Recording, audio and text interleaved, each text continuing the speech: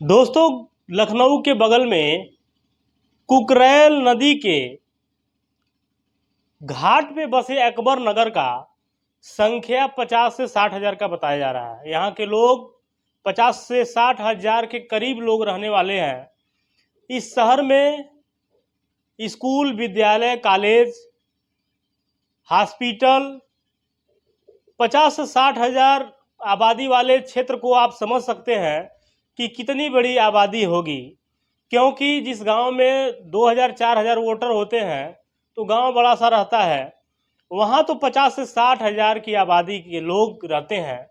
लेकिन सरकार की नज़र उस पर टेढ़ी हो गई है, वो भी योगी सरकार की।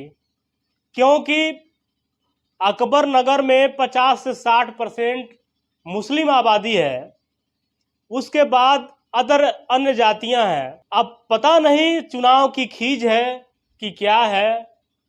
योगी सरकार पहले से ही अकबर नगर को तोड़ रही थी, लेकिन चुनाव से पहले ये मामला ठंडा हो गया और इस पे कार्रवाई रुक गई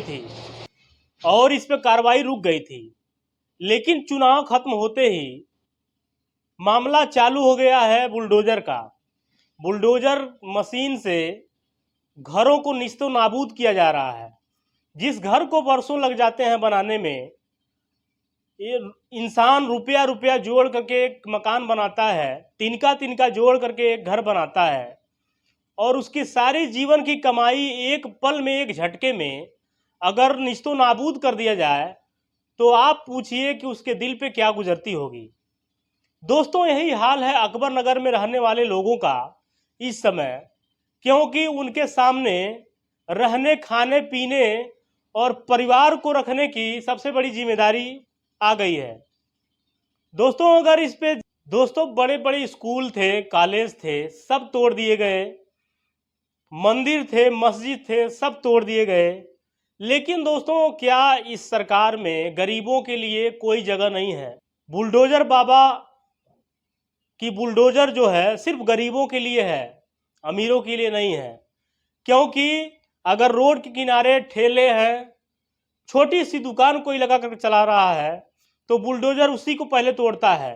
और अवैध और इन अकबर नगर के, लेकिन अकबर नगर में बताइए कि जो 50 से 60 वर्षों से लोग वहाँ पे रह रहे हैं, उनके पास बिजली का कनेक्शन, गैस का कनेक्शन है, पानी का कनेक्शन है, इन सब सारी चीज़ों का कनेक्शन है। वहाँ पे रोड है, खड़ंजा है, नाला है, सारी व्यवस्थाएं हैं, वहाँ के लोगों को हर व्यवस्था दी गई है। लेकिन सरकार अब ये कह रही है कि ये अवैध जगह पे ये लोग कब्जा करके घर बनाए थे। तो सरकार को, अगर ये लोग अवैध कब्जा करके बनाए थे तो सरकार आज तक सोई कहाँ पर थी? सरकार इधर 10 साल से योगी सरकार की, प्रदेश में योगी सरकार है। इसके पहले तो सरकार बदलते रहते थे, सपा की सरकार थी, बीजेपी की सरकार थी। तो तब उस समय ये लोग क्यों नहीं ध्यान दिए कि ये इनलीगल जगह पे है, अवैध जगह पे ये लोग बसे हैं? उनको उसी समय हटा दिया गया होता। 2-2 मंजिल, 4-4 मंजिल की मकानें हैं, सब तोड़ दी गई, सारी ध्वस्त कर दी गई, सब मिट्टी में मिला दिया गया। अब लोगों का यह कहना है कि सरकार जो फ्लैट दे रही है, जो हम लोगों को घर दे रही है, वो 10 बाई 10 का है। हम लोगों के पास 10 परिवार हैं, 8 परिवार हैं, सामान उसमें घर का नहीं आ पाएगा तो हम लोग रहेंगे कहाँ पर?